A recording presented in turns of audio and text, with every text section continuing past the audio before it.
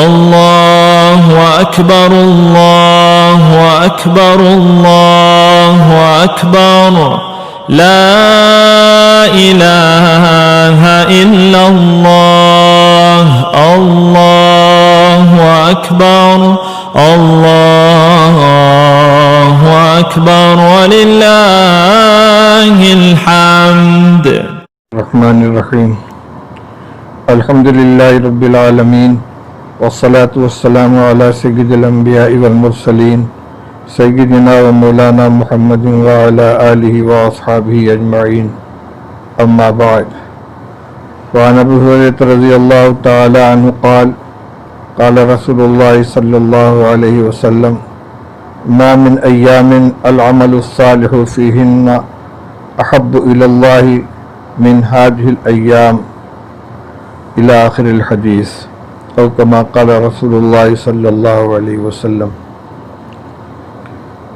بزرگان محترم، عزیزوں اور بھائیوں، ذی الحجہ کا مہینہ اپنی خصوصیات، اپنے فضائل اور اپنے مخصوص اعمال کے اعتبار سے سال کے دیگر مہینوں کے مقابلے میں بڑی اہمیت کا حامل ہے.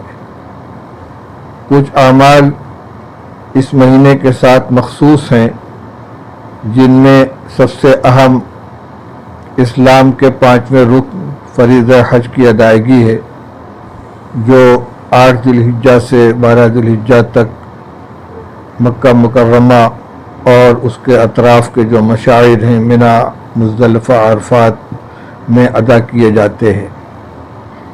دوسرا اہم عمل قربانی کا عمل ہے، جو 10، 11، 12 ذی الحجہ کو انجام دیا جاتا ہے. ان کے علاوہ کچھ اور بھی اعمال ہیں. اسی مہینے میں 5 دن ایام تشریق کے ہیں، 9، 10، 11، 12، 13 ذی الحجہ. پھر پہلا عشرہ یعنی پہلی ذی الحجہ سے لے کر 10ویں ذی الحجہ تک کا جو عشرہ ہے، اس کی خاص فضیلت حدیث پاک کے اندر وارد ہوئی ہے. ابو ہریرہ رضی اللہ تعالیٰ عنہ کی روایت ہے کہ رسول اللہ صلی اللہ علیہ وسلم نے ارشاد فرمایا کہ کوئی دن ایسے نہیں ہیں کہ جن کے اندر اعمال اللہ تعالیٰ کے نزدیک ان دنوں میں کیے جانے والے اعمال سے زیادہ محبوب ہوں، ان 10 دنوں میں کیے جانے والے اعمال سے زیادہ محبوب ہوں. صحابہ رضی اللہ تعالیٰ عنہ نے پوچھا وَلَلْجِہَادُ یا رسول اللہ، کیا اور دنوں میں کیا جانے والا جہاد فی سبیل اللہ بھی ان 10 دنوں کے اعمال سے زیادہ محبوب نہیں ہے؟ آپ نے فرمایا ہاں، وہ جہاد جو اور دنوں میں کیا جائے ان ایام میں کیے جانے والے نیک اعمال کے مقابلے میں زیادہ محبوب نہیں ہے، الا یہ کہ کوئی شخص اپنی جان اور مال دونوں کو لے کر نکلے اللہ کے راستے میں اور پھر اس میں سے کوئی چیز لے کر واپس نہ آئے. اس حدیث پاک سے اس پورے عشرے کی فضیلت معلوم ہوتی ہے، اور اس میں ما من ایام العمل الصالح کا لفظ استعمال کیا گیا ہے. تو جو مخصوص اعمال ہیں اس عشرے کے، ان کے علاوہ اور بھی جو دوسرے اعمال ہیں نیک، ان سب کو بھی ان میں اہتمام کے ساتھ انجام دینا چاہیے. من جملہ ان کے پہلی تاریخ سے لے کر 9 ذی الحجہ تک کی 9 تاریخوں میں نفلی روزہ رکھنا ہے. چونکہ 10، 11، 12 تاریخ میں 10، 11، 12، 13 تاریخ میں روزہ رکھنا ممنوع ہے، اس لیے پہلی سے لے کر 9 تاریخ تک روزہ رکھا جائے. اور ان میں بھی 9ویں تاریخ جو یوم عرفہ کہلاتی ہے، اس دن کے روزے کی سب سے زیادہ اہمیت ہے. اس لیے اللہ تعالی ہمت عطا فرمائے تو پورے عشرے کا، اور اگر یہ ممکن نہ ہو تو جتنا ہو سکے اور کم سے کم 9 ذی الحجہ کا روزہ ہر ایک کو رکھنا چاہیے. ان کے علاوہ اور جو نیک اعمال ہیں جن میں صدقات، خیرات، اور خاص طور سے اس زمانے میں جب کہ تمام لوگ اور خاص طور سے ہمارے ایمان والے بھائی مختلف دقتوں کا شکار ہیں، معاشی پریشانیوں میں مبتلا ہیں، اللہ تعالیٰ نے اگر وسعت عطا فرمائی ہو تو صدقات، خیرات اور مالی امداد کے ذریعے ان کو سہارا دیا جائے۔ ایسے ہی نفل نمازیں، قرآن پاک کی تلاوت، دعا و استغفار اور مختلف قسم کے نیک اعمال کیے جائیں اور گناہوں سے اپنے آپ کو بچایا جائے۔ رات کی بھی عبادت کا اہتمام کیا جائے، دن کی عبادت کا بھی اہتمام کیا جائے۔ تو ان 10 دنوں میں ایک تو 9 تاریخ تک کا روزہ ہوا، دوسرے جو نیک اعمال ہیں ان کا اہتمام، اور پھر 10ویں ذی الحجہ سے قربانی کے ایام شروع ہو جاتے ہیں، 10، 11، 12، جس میں ہر صاحب استطاعت کے اوپر قربانی کرنا واجب قرار دیا گیا ہے۔ اور صاحب استطاعت سے مراد وہ شخص ہے کہ جس کے پاس اپنی جس کے پاس نصاب کے بقدر سونا، چاندی، روپیہ، پیسہ، مال تجارت یا روزمرہ کی ضروریات سے فاضل سامان موجود ہو۔ نہ اس کے لیے مال نامی ہونا شرط ہے، نہ اس کے لیے سال پر گزرنا ضروری ہے جو زکوٰۃ کے نصاب میں جو شرطیں ہیں، بلکہ اگر قربانی کے ایام میں 12 تاریخ کے غروب آفتاب سے پہلے تک بھی اگر کوئی شخص مالک ہو جاتا ہے تو اس پر قربانی واجب ہوتی ہے۔ اس وقت کاروباری دقت اور تنگ دستی کی وجہ سے بہت سے لوگ اس صورتحال کا شکار ہیں کہ گھر میں زیورات موجود ہیں یا ان کاروباری ہیں اور ان کے پیسے پارٹی کے پاس، گاہک کے پاس موجود ہیں، لیکن نقد پیسہ ان کے پاس موجود نہیں ہے۔ وہ سوال کر رہے ہیں کہ قربانی کا واجب ادا کرنے کی کیا شکل ہوگی۔ تو بھائی مسئلہ تو یہی ہے کہ جو صاحب استطاعت ہوگا اس کے ذمہ قربانی واجب ہوگی، اور قربانی کا بدل ایام قربانی میں کچھ بھی نہیں ہے۔ قربانی کرنا ہی واجب ہے تو قربانی ہی کی جائے گی، چاہے سالم جانور قربان کیا جائے یا بڑے جانور کے اندر حصہ لے لیا جائے۔ اگر کسی کے پاس اتنی استطاعت نہیں ہے کہ وہ پورا جانور قربان کر سکے تو مختلف اداروں کی طرف سے قربانی کا اعلان ہوتا ہے، 2000 یا کم و بیش روپے کے عوض میں ایک قربانی کا حصہ لے کر کم از کم جس کے اوپر واجب وہ ادا کر لیں۔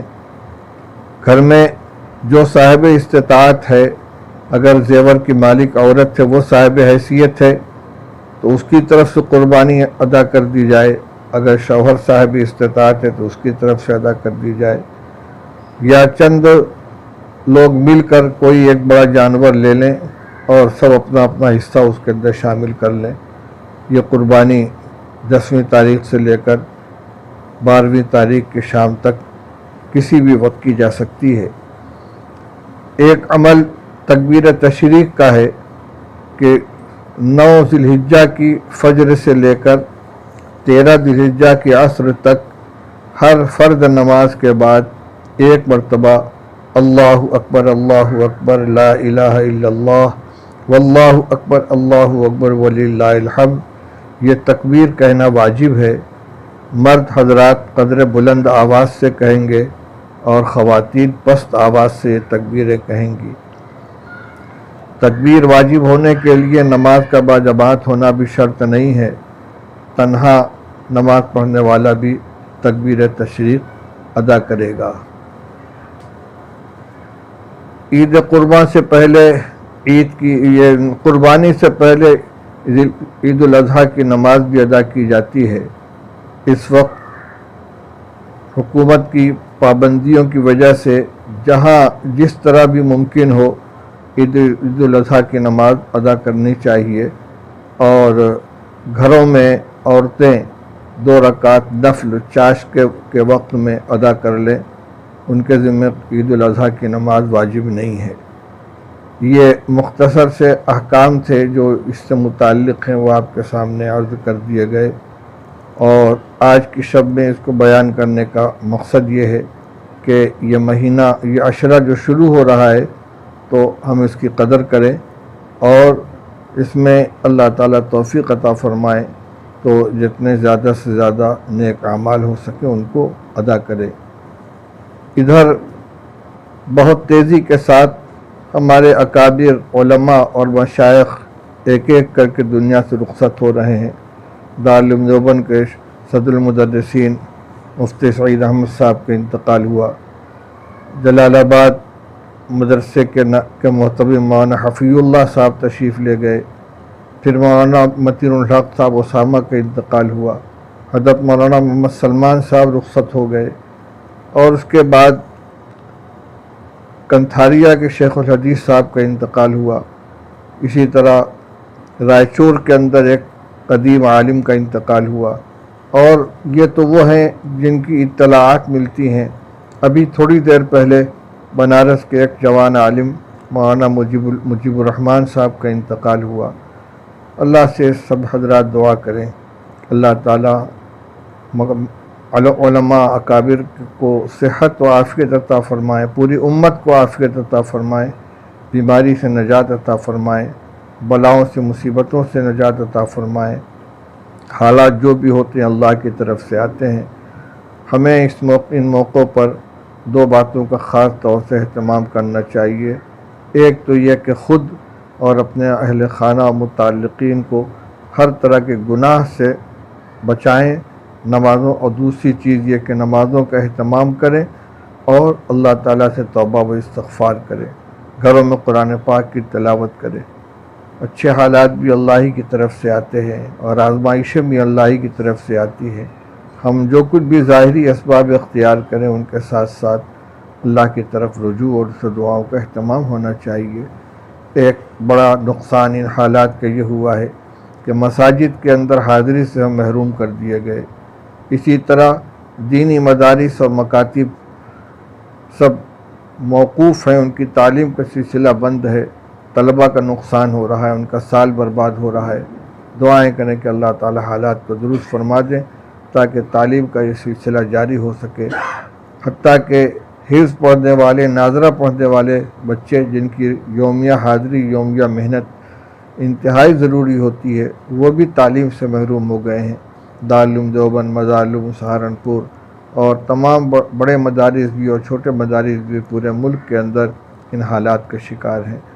اللہ تعالیٰ ان حالات کو درست فرما دیں۔ اسی طرح ایک اپیل کی گئی تھی رمضان مبارک کے اندر کہ مدارس کا جو نظام ہے وہ عام مسلمانوں کے چندے سے چلتا ہے۔ حالات کی بنا پر اول تو سفرا لوگوں کے پاس نہیں پہنچ سکے، دوسرے معاشی تنگی کی بنا پر لوگوں نے بھی کچھ ہاتھ کھینچ رکھا ہے۔ دین کے اس عظیم خدمت کے سلسلے کو برقرار رکھنے کے لیے اور اس کو روح بہم پہنچانے کے لیے ضروری ہے کہ تمام امت کے لوگ، اصحاب خیر حضرات، مدارس و مکاتب اور مساجد کی خبرگیری کرتے رہیں، اور جو ذریعہ جس کے پاس ہو اس کے ذریعے سے ان کی امداد کریں تاکہ خدمت دین کا یہ سلسلہ جاری رہے۔ اللہ تعالی ہم سب کو عمل کی توفیق عطا فرمائے، پورے ملک کو بلکہ پوری دنیا کو اس آفت سے نجات عطا فرمائے۔ اب بھی مختلف حصوں میں ملک کے بیماری بہت شدید شکل اختیار کیے ہوئے ہے، اور ایک ایک گھر کے اندر کئی حضرات متاثر ہیں، بلکہ ایک ایک گھر میں کئی لوگوں کے ہاتھ سے وفات بھی پیش آ رہا ہے۔ اللہ تعالیٰ خاص فضل فرمائے، امت کی حفاظت فرمائے۔ وآخر دعوانا الحمدللہ رب العالمین۔